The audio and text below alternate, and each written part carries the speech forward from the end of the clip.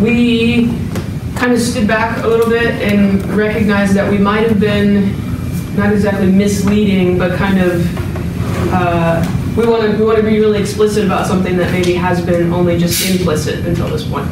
So the explicit thing would be that we don't intend for you to necessarily spend, certainly actually would ask you not to spend 50 minutes discussing just the text, which is what we've been doing a lot of the time, because we have kind of a different function intended for this workshop than we would have intended for a given class or piece of experience. Does that make sense to you guys? So you would use the text as a scaffolding, use the text as a tool, but the text itself doesn't have to be the entire 50 minutes of discussion. In fact, we'd rather that the main focus of the discussion be on the habit of mind itself. Because the text is an illustration of the habit. But we've been pretty carefully making sure that we're equipping you to teach a text, right? And then in that, we've spent a lot of time on the texts themselves. Because the impulse for the workshop was, since we've chosen texts from a lot of different disciplines, is what if I don't feel comfortable presenting something outside my discipline, presenting a poem, or presenting a painting, or something like that. And so, in the workshop, the subject area expert can come and present a particular text. But we were thinking at the committee meeting that it's giving the misimpression that that's what the class is supposed to be, and it's only partially done, right? Because text is only valuable insofar as it is an illustration of the habit. So the habit, in a sense, is the content that we want them to be pondering and practicing. Does that make sense to you guys? Do you have questions about that kind of twisting the actuality of what we've been doing in here into the actuality of 20 freshmen in front of you? Go ahead. Are you first? I'm just worried that some of the texts are so complex that I would have to spend 50 minutes talking about it. I guess, is that okay? Give me an example. At the expense of a habit of mind, I would say no, that's not okay. So we don't have to go dissect the poem the way that Julie did for us last week. We could do, you could imagine an abbreviated version of that probably, right? Right. So that you wouldn't have to do the rigor with the text that we've been having in these workshops. And one of our concerns is, like the students. I said out of it. I think one way putting a concern would be the students. I think will understand. Here are habits of mind that Benedictine believes are important for its graduates. So we need to spend a semester meeting once a week to talk about habits of mind. The students probably wouldn't understand. Let's meet for an hour a week to talk about particular texts for no particular reason. And so if we don't talk about the animating reason for the texts, they could be resentful for having this time taken out of their schedule. So it's important to put forward as our primary topic the motivating reason for the meeting, which is to say the habits of mind. Otherwise, we don't want the students to walk away from this saying, well, BC experience means you read a poem one week, you look at a painting the next week, and you watch a YouTube clip the third week. Because if they think that, they will hate us for taking this time out of their lives. But if we emphasize this is what a Benedictine graduate ought to think like, then hopefully they will say, oh, now I understand what these buzzwords like liberal arts or stability or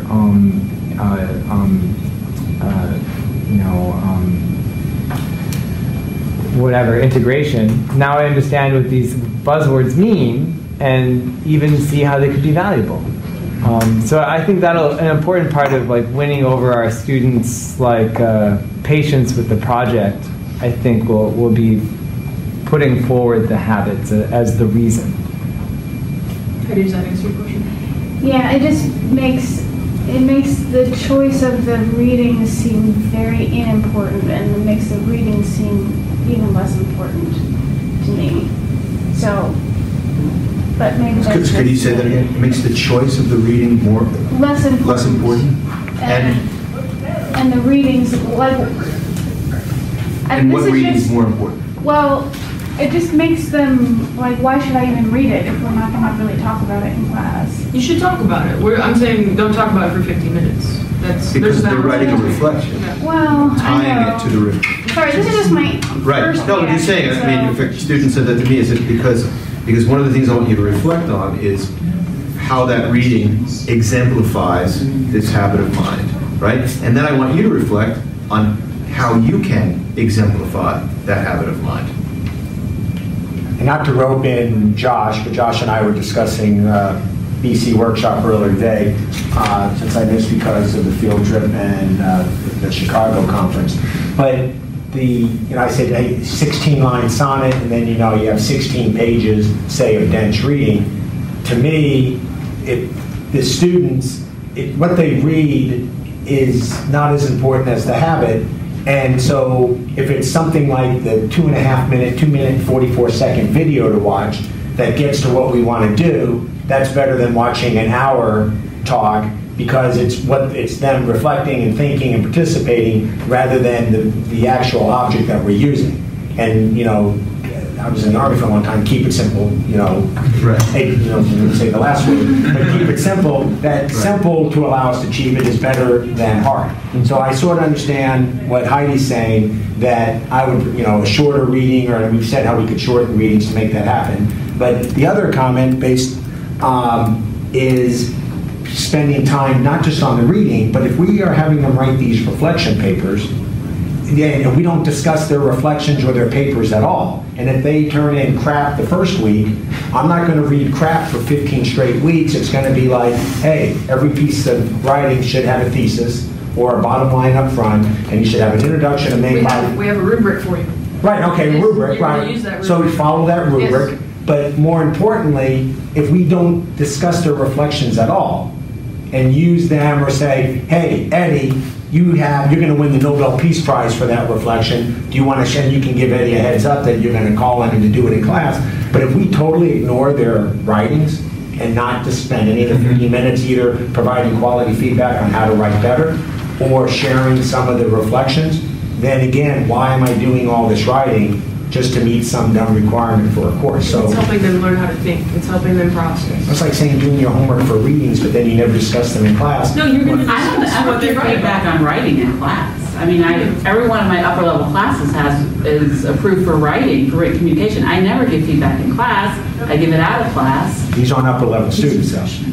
I know, but you're going to give feedback to 20 freshmen in class and a one out and a Not individual one out. feedback, but you can. I'm just saying, if you totally ignore their essays, the same Who said concern. we have to totally ignore their essays? No, my point, you just said 15 minutes isn't spent on the totality of the reading. Right. We just said you got to spend time on the habit. I think we also, my point is we need to spend time on their reflections too. In order to spend time on the habit, when you have a discussion, the greases of that discussion, the skids have already been greased by their reflection, right? So you can say, you made an interesting point in your reflection. Why don't you, Now, why that's don't you the point share I'm that? Right. And I Right. think that also points to another thing that we could do to help talk about the habits, which is, like they've written the reflections. We can use those as a stepping stone to say, you wrote something awesome about this habit of mind. We can talk about your experience of this habit of mind. And then even the professor, like we ourselves, we could say, here's some ways in which, like when I'm doing like political science or theology, I have to be precise with my, with my vocabulary or whatever.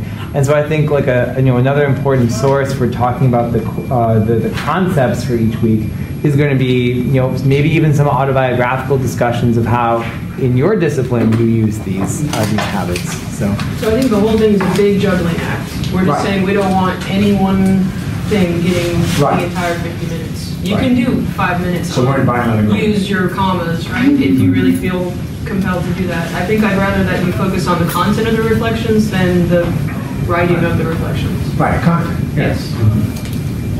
Yes. So I agree with your point, Bill, that because they're freshmen, need to address their reflections. But I disagree with your point that a 3-minute video is always going to be a better solution, because part of what we need to be doing is getting them in the habit of spending time with something and then having to reflect on it. And it's not always a 16-line sonnet, which in fact should probably take as long to read as a 16-page essay, but She's grimacing so much, I'm sorry. It's a second time. 14. sorry, 18-line sonnet? It's a variation. 13? Y'all get an F. I didn't read the third one 3 times, so. I read the octave twice. Octave plus festet, people. Add it up. Come on now. I haven't reviewed my books, I will admit that. A baker's sonnet. Thanks, Josh. Bakers. That's pretty fun. But my point is that sometimes, like, part of what we're doing is getting them to engage with something that is difficult and trying to find that little nugget in it that will be the leaping off point. So I don't agree that it's always better to have a shorter thing. Sometimes, yeah, because then maybe we can find another way into it. But Because I think that's part of like what it means for it to be, to inculcate the habit. You can't inculcate a habit in like only as much as I appreciate it for a YouTube video, right? Like it also involves like practicing the work of focus, which any college class, which is given credit, has to do for a stipulated amount of minutes outside of class. So like since this is a 1-credit class, it's expected that there'll be a certain amount of fixed outside of class time spent reading and writing, and we're going to have to, as Melinda pointed out, demonstrate that. And that's not just to meet a requirement, but also to practice focusing on an idea, maybe longer than you might think. You might say, like, oh, I can pound this out with a short video, but kind of a more attentive recollection of it will be necessary for accrediting reasons, and would be more fruitful at some, for some things. And the short video may compensate for the fact that some of the other texts are going to take some time, take longer.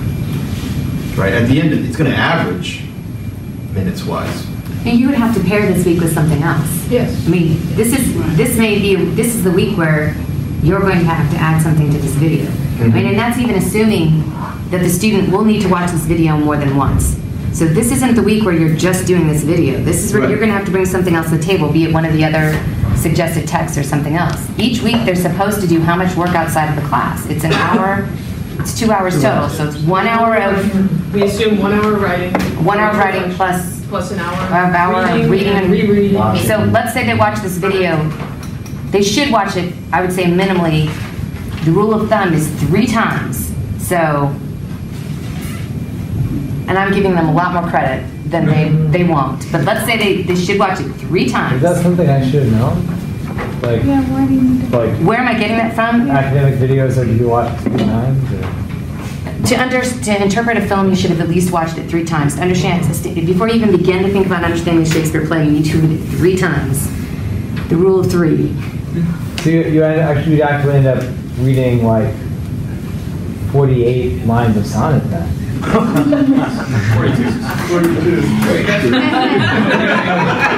100%. Really, don't hit them. Don't hit them. Okay, can we manage some impulsivity? Jenna, do you have a question before we shift gears here? You got it? Okay. Are we ready to manage impulsivity? This is hard for us. It's too late for that, but This is hard. Okay. there is a way of doing that. Is there? Show me. There you go. All right. Very good. All right. So in the manual or the handbook or whatever we're calling this that we created, the little blurb that we wrote, the 1.5 pages or whatever it was that went with this week, I feel like is one of our better weeks where we kind of hit this closer to the head than maybe not. So I want to kind of work from that today. And as a reminder to everybody, you have that expanded version of our take on the habit and in view of the value every week. We've got that there. So I wanted us to work from that today and hopefully to spend less time talking about the text, the little film, than actually focusing on the habit, managing impulsivity through discernment and recollection. So in the blurb, we talk about these ways and places in our lives that we tend to make impulsive and reactionary decisions. We do this in economics. We even have a word for the term for this. What's the term? Binge buying. That's a different version of the term. There's an impulse buy. We call things an impulse buy. And marketers position and color and make things light up and make noise in such a way that we are more likely to make that impulse buy, right? This is a whole field of psychology devoted just to getting people to make impulse buys, right? The area around the cash register, the gum and the M&Ms and the super glue and the whatever else is there, right? Twixes. The Twixes. We do this in politics, and we are invited to do this in politics, especially probably now more than ever, recently anyway. We are asked to be emotional about things, emotional reactions to decisions, to events, to statements, to tweets, all these things, right? We would ask someone to go with their gut in voting. We would say things like, make America great again, when that's a statement that plays on your emotions, and who wouldn't want to make America great again, right? But that's a ridiculous... Okay, but those kinds of slogans play on our emotions, right? Well, who would argue with that? We also do this, and this is where we would want to zero the students probably, we do this in our intellectual life. We do this by, and I hope no one, well, I don't really care. We reduce ideas to slogans like, and this is one of my least favorites, forward, always forward. I'm not even sure what that means. But, and if I do think about what it means, I kind of disagree with it. But we reduce ideas a lot, and we do this a lot, right? We do this a lot here. We reduce ideas to slogans, and then we roll those out, and they're supposed to mean something to everybody, but maybe we're not really sure what it is that they actually mean to me, let alone to the person next to me, right? So the two pieces of this, recollection and discernment. What do we think recollection is? What is it to recollect? Bring to your memory. To do what? Bring to your memory. To bring to your memory. To bring to the front of your memory, maybe. Sure. Okay. After there's a rupture. After what? After there's a rupture. There's a rupture. Okay. To gather again, and it might be to gather my attention, right? It might be to gather my focus, to take stock of where I am at that particular moment.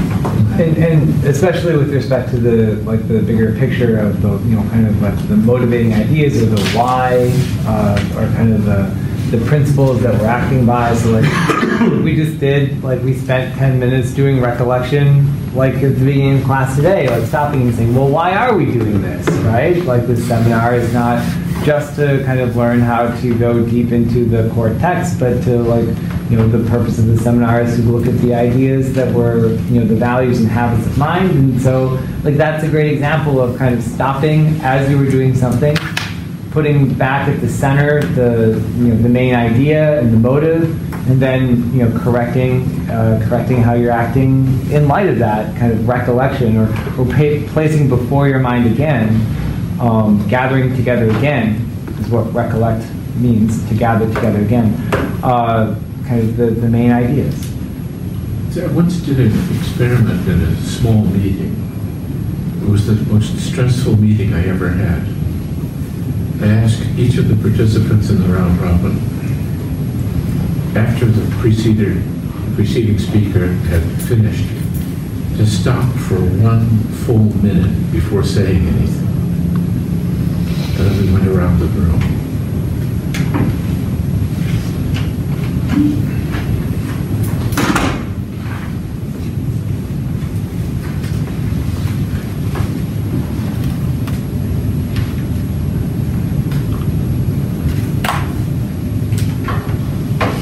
I think it would be an interesting question to ask, in academic work, what would it mean to stop and to be recollected, right? So you might, I think one thing that I do, or I think especially that I think students do, is you can end up chasing chasing something down a rabbit hole, and be like, oh, to make this next point in my paper, I need to get this book and this book and this book, and I need to learn everything about this secondary point. But if you just kind of took a step back and say, why am I writing this paper? Do I need to know everything about you 12 just cut from recollection into discernment, though? Well, maybe I did. That's a good question. But I guess I was just kind of saying, by recollection, I mean like holding the purpose in mind, right? And so like you know, like I don't know. When I was writing my dissertation, I spent the whole day like reading about you know, 12th century architecture. And then, like, at the end of the day, I was like, why have I done this to myself? This was not necessary. Whereas if I'd been kind of, you know, appropriately my eye on the point of what I was doing and considering the point instead of, like, saying, like, oh, this is interesting, oh, that is interesting, oh, that is interesting, you know, I wouldn't have ended up, like, learning as much about the, you know, the architecture of Saint-Denis as I ended up learning.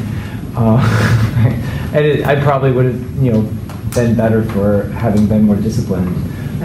And so one way of disciplining yourself is keeping the purpose in mind. But I see how that could be discernment too. I think from recollection there comes a sense of perspective, of balance, of going far enough down the rabbit hole, but maybe not farther than you need to, right? And one of our upcoming 2 weeks from now, one of our next coming habits is balance. So we have that to lead toward as well. What about discernment then? How do we think of discernment? What does discernment require of us? The willingness to say, I don't know. Okay, so humility, I think that's a big part of discernment, is saying, I don't know yet. Right? I don't know now. Time, you have to reflect on the experience. It requires an amount of time. So there's a temporal aspect to managing impulsivity. Good? Anything else? Open-mindedness. Okay. Well, I think it also requires information. If I know neither what I'm good at nor what I love, it's very difficult to have any discernment. Okay. So sometimes, probably not often, that information might come from within you, right? But more often, what's going to happen? With the time and the humility, that information is going to come from where? Outside. Someone else, some other source, right? So there's humility involved with saying, I don't know yet, and there's humility involved with seeking another source of information, whether that's another person, some kind of text, some other source, right? Some other place to get some information to make your choice. Also, discernment implies knowing the difference between one thing and another. So there are things that look very like each other, right? Two people could be dropping a class, right? Whenever somebody comes in for dropping a class, I always say, okay, you're saying no to this, which is fine. What are you saying yes to? Because if I just got overwhelmed and I just wanted to go away. Okay, so a no for a no's sake, I've rarely seen that go well. But if your no is in the service of a yes, I'm saying no to this because I'm saying yes to this. I mean, and that yes might just be mental health, right? I realized I took on too many credits, and this is so to sit back so that it's part of a plan, right? And I think that takes that time, and that humility that you mentioned is also part of objectivity, right? To look at something from outside, just my own whims and wants and freakouts of the moment, or on the other side, even beyond my own euphoria of the moment, right? Making decisions because I feel really good. That's sometimes not a good idea either. Both of the impulsivity could be negatively or positively emotionally charged. To the flip side also, every time I say yes to something, I'm saying no to something else. So if discernment is involved in making choices, it might not be a bad idea to look at what are the options. All right, are we ready to skip to the video for a minute? Maybe like 10 or 12 minutes, yeah. Just one more quick thing. So the other thing about discernment that I often am trying to get my art students to understand is that in order to know what the best idea is, they have to have more than one idea.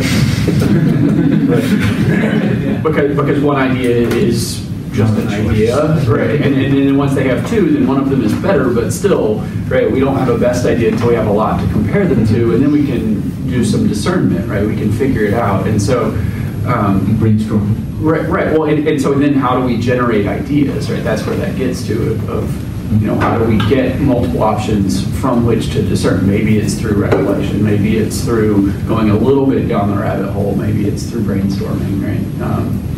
But that part of, part of the stability, and I thought the story in the extended piece in the handbook about the monks who took 16 years to let the filmmaker know, what were they doing? Well, they were thinking about all the other options, right? And so they had to give themselves time to think about what all those options were and all those implications, so that they could make a decision. And letting the one guy in the community who really didn't want it pass away.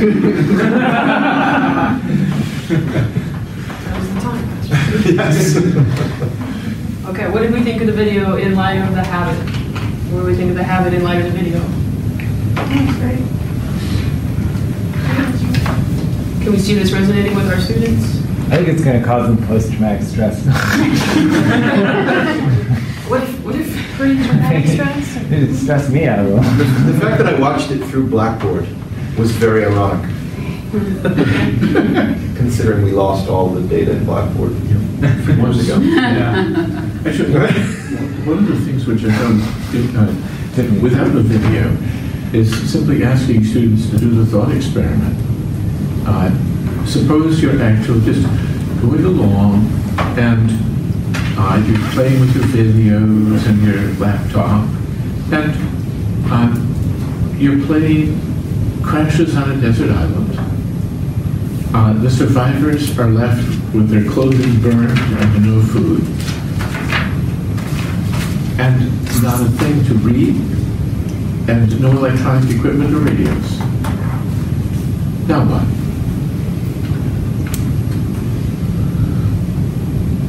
Get Gilligan to build you a hammock.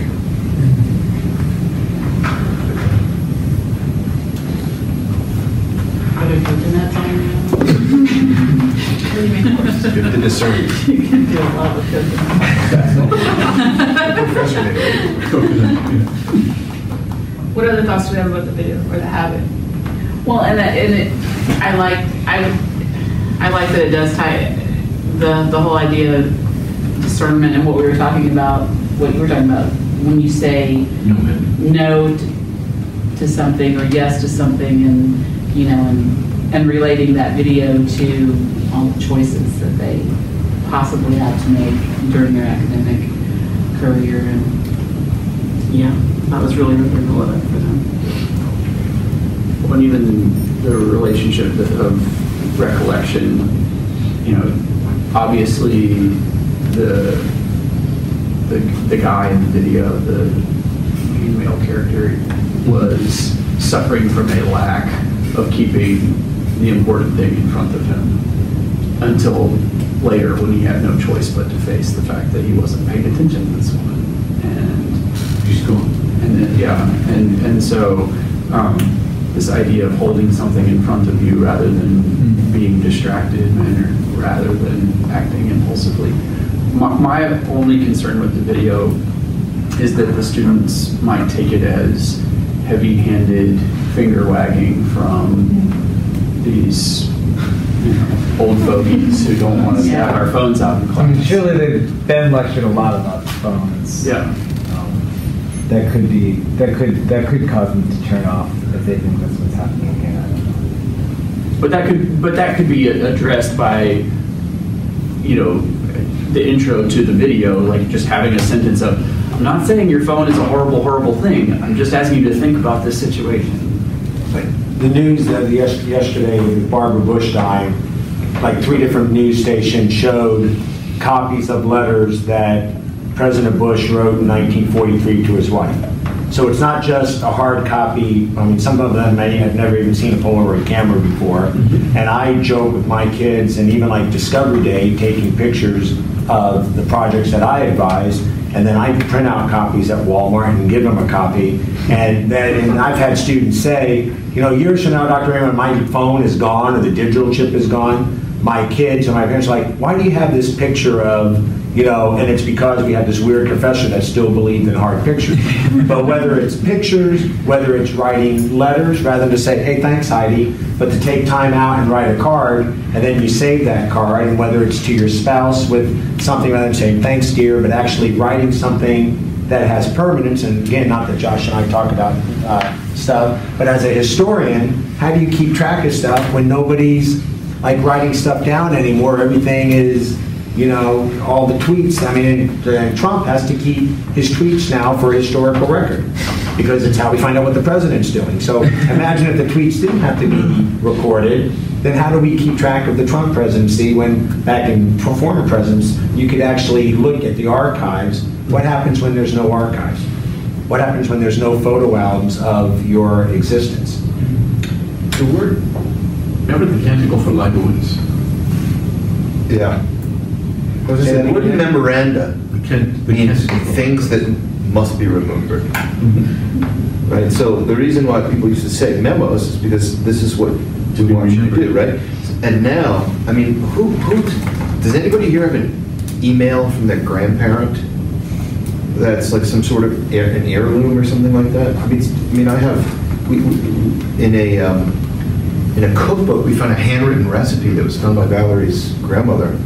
That's a find, I mean, that she coughed up the secret to her sauce, at some point, hid it away from everybody else. But the other thing was there was a contact with someone, right? But the mediated contact, I think the thing about the video that impressed me the most wasn't such the absence of memory, it was the absence of the present at all. He was more interested in broadcasting the moment, right? In the presentation of it, and in the layout of it, and maybe even the number of hits or whatever, than the experience itself. Disincarnate. Marshall McLuhan might be a person worthwhile recalling to people's attention with the notion of the medium being the message. And the point that people were making about evanescent bodies. We don't need bodies anymore. I made a little joke the other day about calendars that you could have, like on the dodecahedron, each pentagon would have a month on it. Okay, but now, what exactly is your camera on the iPhone? Is it animal, vegetable, mineral? What? We become more abstract. And in fact, that I think is part of the attention span issue. We want instant results, and we achieve them. If it's not instant, can we pay attention to it? So along the lines of Annie's comment, did anyone notice that to a much lesser degree she was not completely present either? That her Polaroid camera was another barrier between her and being present at that moment? And that was a piece of technology in his hands when that's all he had left? Did we think about that? That there was this other layer to it? No? What was she doing when she didn't have the Polaroid camera out there? She was watching him. And that's So you could show she was wasn't present at that right. point, yes. But so in her own moment, right, she stepped away from it too and said, this is what I'm going to do right now, instead of interacting. Well, you're going to forget me, but I'm going to make sure you remember what an idiot you are. Yeah, there's an interesting vanity of the end, right? Where he always left with a picture staring at himself, dumbfounded, right? And like the vanity of your instability in the moment was because you were so concerned about your social media reputation, your views. You failed to acknowledge the person in your presence, and so you're left with that. It's like a nice little analogy for the difference between heaven and hell in some way, right? Like you're left with what you want. You got your face staring back at you dumbfounded, right? And where was it? I mean, it was in Paris, the city of love, and it was in French. And here you have the emphasis on technology, not on relationships.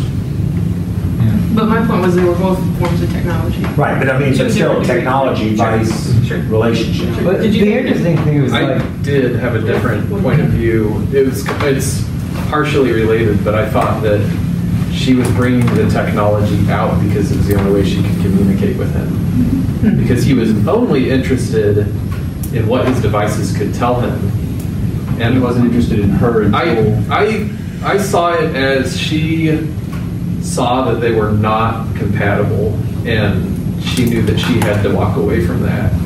But she knew that what they had before that was so important, she didn't want him to forget it. And I think that she thought if she sent him something that he can digest quickly on his device, it'll eventually get buried by all the other impulses and technology.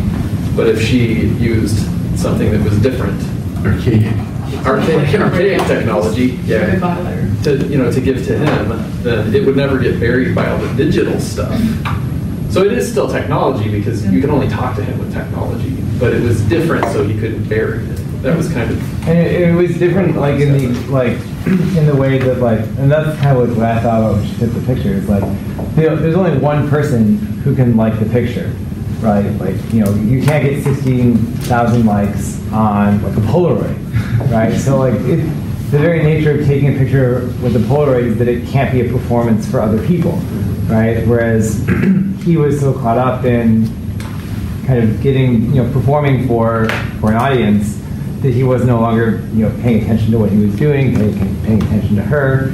And from that point of view, you almost look at a Polaroid and you're like, well, what's the point of this? Like, nobody else is going to see this. This is just for you and me. And so there's a kind of an intimacy to the physicality of the Polaroid that it can't be shared. That was exactly the problem with what he was doing. He lost the kind of the idea of the relationship as being for each other, and instead made it for kind of the unknown, in multitude. And that's a kind of like impulsivity, instability coming from the failure to recollect the central kind of purpose of the relationship is each other, or the central focus of the relationship is each other. I'd like to go back to an earlier session because I think in a way we are ourselves distracted by the technology. When we brought forward Picasso and Velázquez, those were reproductions. And one of the things that's interesting about reproductions is that they're promiscuous.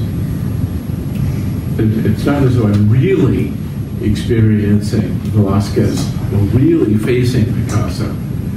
I'm playing a kind of platonic game. We'll take an image of an image of an image of an image and eventually fade out. We're using the principle that, well, bad money drives out the good.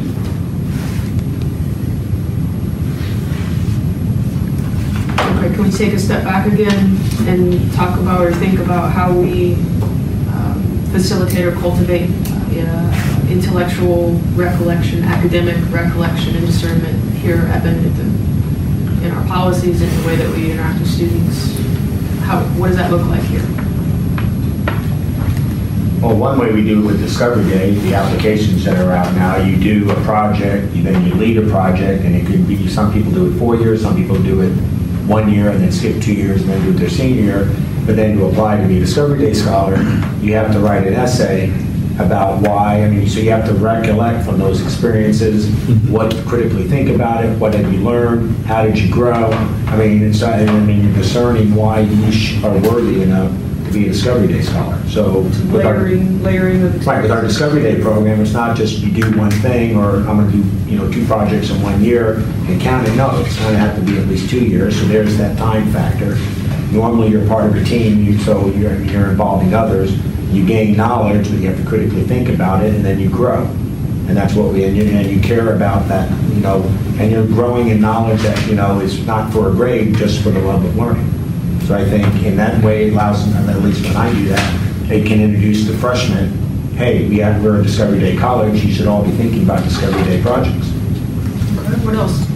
I had a student who came to my office hours 2 weeks ago after I gave a lecture on Judaism with a printout of 48 questions that she had from the lecture, that she had occurred to her as she was thinking about the lecture, like afterwards. And this was obviously a semester after, like, we did this little write-up about how office hours can be a time for students to talk about an idea they've ruminated on. But I thought that was kind of a particularly striking example of a student hearing something, really kind of mulling it over for a long time, chewing on it and ruminating on it, and then presenting I want to talk about all this, which if you weren't at a small school, you wouldn't really be able to walk, if you kind of imagine like, you know, if you went to a bigger school, walking into your professor's office with like 50 questions and saying like, let's talk about this, it wouldn't be possible. So I think there are some pretty cool ways that like Benedictine fosters the ability to like recollect on what we learned. I like in our, go ahead, Sarah. Sorry, go ahead. I was going to say, I like that part of our requirement for a course meeting the writing skill is not only a certain number of words, but the fact that multiple revisions are required, right? So that you'd have to go back and, you know, not canonize the first words that you put on the page, right? That you at least get a guided second look at it. That aids this as well, this impulsivity. Well, I was just thinking that isn't it the very nature of the general education program that we are asking students to recollect, as it were, from year to year, from class to class, to find connections, to build upon the classes that they take as freshmen and sophomores in order to implement what they learned there in upper level classes in their major and otherwise. I think students don't always see that. They see these as sort of one-off, I've got to get through this 15 weeks and I get a grade and I'm done. But when I have students who come in and say, oh wow, you know, we talked about that in class the other day and that reminded me of what we did in history class 2 semesters ago, or that made me think of what I talked about in my intro to theology class last week. This making connections among the courses that they're taking seems to me fundamental to this concept of recollection and also what we're trying to do here. How many of you have technology policies in your class? So right now, if Bill was in my class, I'd be saying, Bill, are you with me? And I might even come over there and actually put that in my pocket and take it away from him. Crush. How many of you have a policy with dealing with technology? You've got, okay. What about sleeping in class? we hold them accountable for a certain amount of engagement in the classroom, right? Sure. They have to be flat alpha weight. We hold them accountable, and we know their names. We learn their names, right? We're accountable for a certain amount of personal interaction with them, and when they're in our classroom, we expect the other side of that to be met, right? I also think when students, you know, they're young and they need advice, the function of advisors within your major, and I think reiterating to them that when you need help discerning or, you know, career advice, we have Student Success Center and graduate school. So I think that, you know, reiterating that we are here as well as your faculty member, but also as your advisor to help get you through your major. And even like the resources, like the Student Success Center as like a resource to like stop and kind of reflect and ask, where do I want to go? Like where do I want to get to kind of at the end of these 4 years? And then to start acting like during these 4 years already, like what can I do this summer? What can I do next summer to kind of get towards the goal? I think that's a nice way of kind of like discerning and recollecting and discerning like how you're going to spend your time through the guidance of like, you know, Claudia Profasi or whoever kind of saying like, where are you trying to go and how can you get there? Would be something to bring up.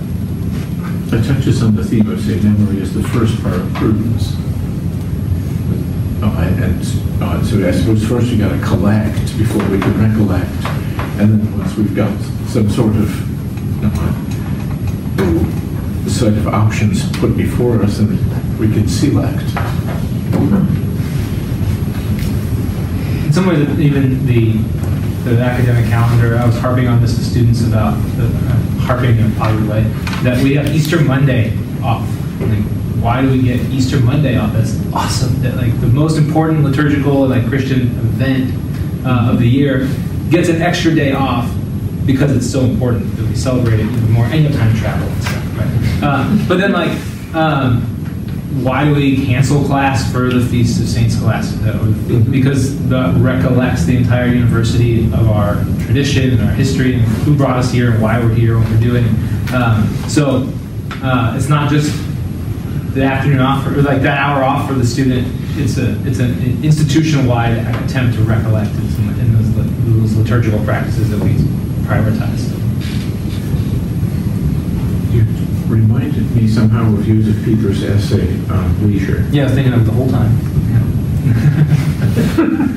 Leisure versus loafing. This is maybe taking us off the topic, so stop me if this is going the wrong way. But Matt, you brought to my mind the convocation. Yeah, that was one of my two. And how few of our upperclassmen are there, other than the athletes, who are doing it because they understand team, right? So is that going to be one, as we think about outcome measures of this, do we expect that this may be something that the BC experience over time may improve students' participation in all of the guest speakers, including the convocation, which should be collecting the academic community? Yeah, I think that's a good point. I think that's a cool goal to have, to put that in their minds, that yes, you remember, you were there for Beanie Day, but we want you there next year. That could be fun. That could be fun to start putting. Those sorts of traditions, festivals, feasts, convocations are opportunities for recollection on why we're here and what we're doing. In that respect, the speaker that we had for this Discovery Day would have been particularly valuable in calling attention to what we owe to other people. Well, and I was just thinking when we were talking about the level of reflection on the gen eds and our courses and what you were mentioning about reflection in the summer and what can I do to build.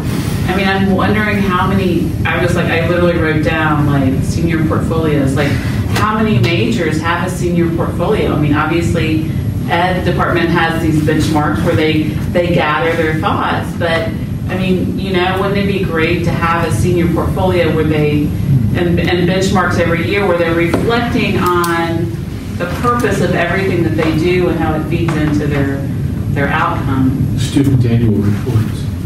Yeah, I mean, exactly. I mean, basically. Is that what grades are? Final. We're the ones that are issuing the annual report.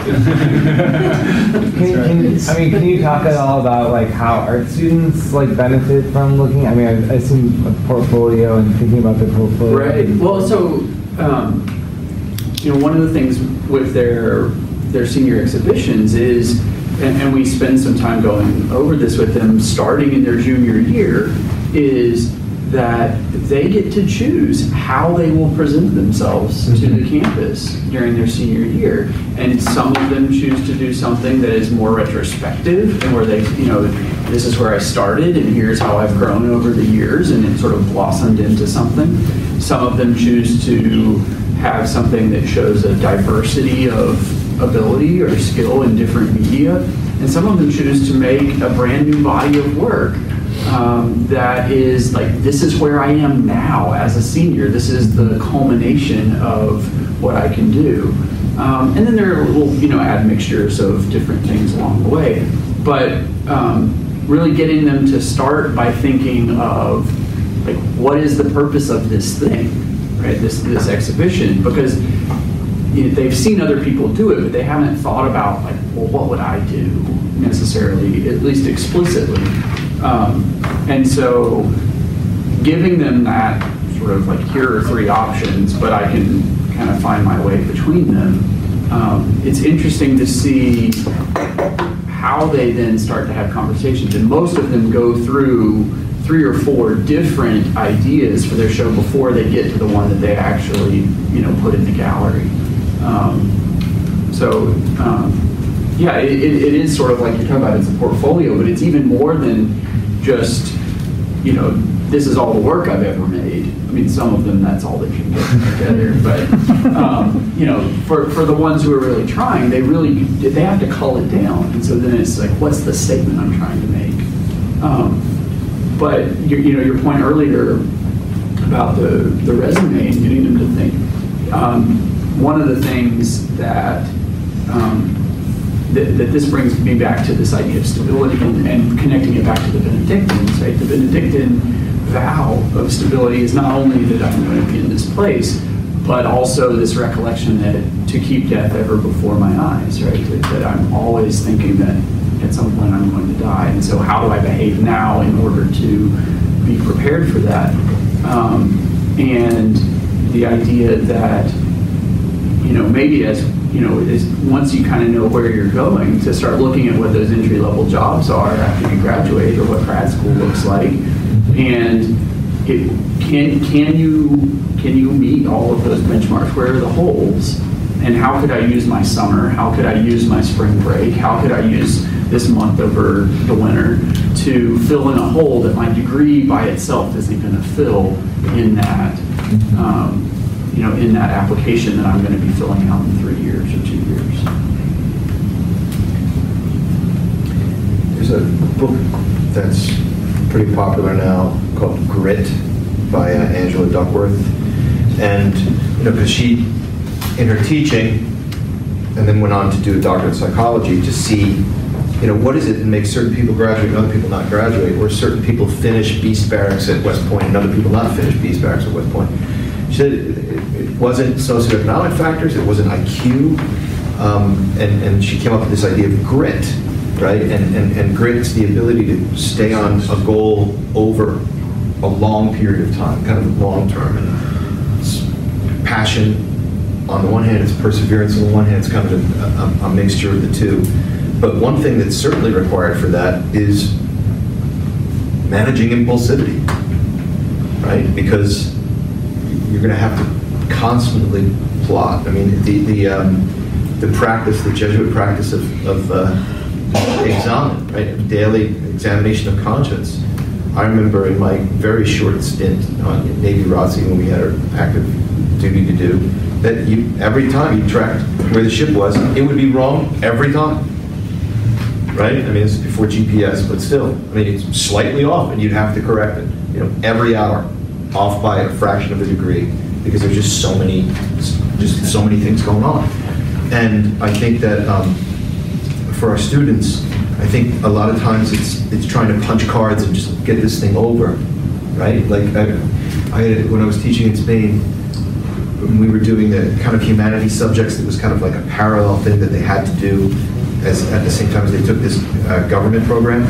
And I said, the difficult thing that I have is that if my kids had a choice, they wouldn't take these subjects at all. And he said, no, we all have that problem. If they could just get a diploma and move on, that's what they would do. Right? I said, okay, so we have to show them that there's actual value in taking things slowly and taking things intentionally. Whether you could be happy about a class even if you don't get the grade that you wanted to get it, because you did learn something.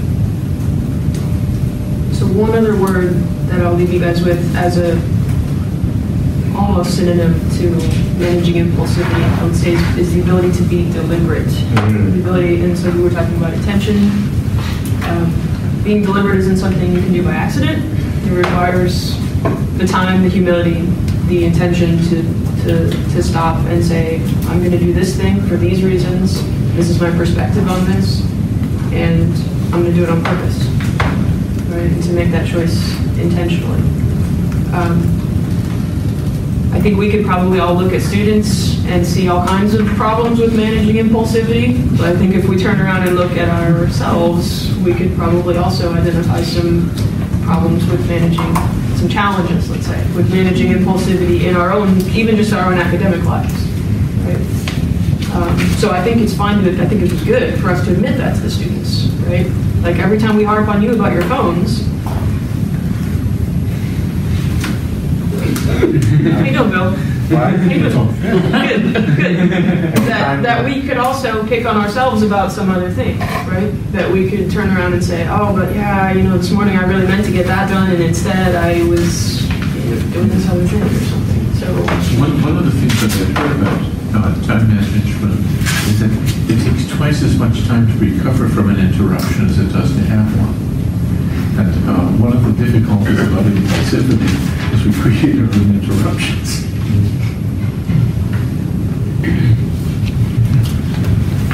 I wanted to point out that in the draft as well, and this is something that really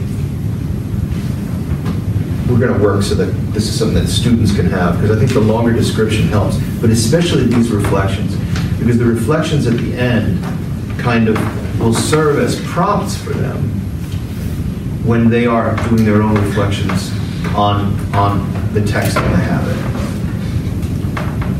And can be fodder for review as instructors to build a discussion if things are, well, I don't know what you mean. Throw one of these out. They should be, I hope, fairly easy to answer by many students, most students. Or put them in small groups and ask them to talk about one of these in a small group. There's one word in the reflection I really like, mindful presence. It says, how can you increase genuine habits of encounter and mindful presence in one area of your academic life? And I think that that's something that happens to us all, but I see it with students trying to study and saying, I'm studying this amount, but I'm not getting these results. It's like, okay, is it 30 minutes of study? Is it really mindful presence? Or are you not recollected? Students have found it, I think it's more helpful to put in several 15-minute attention spans during a day than just beating themselves over the head with a 2x4 for 2 hours straight.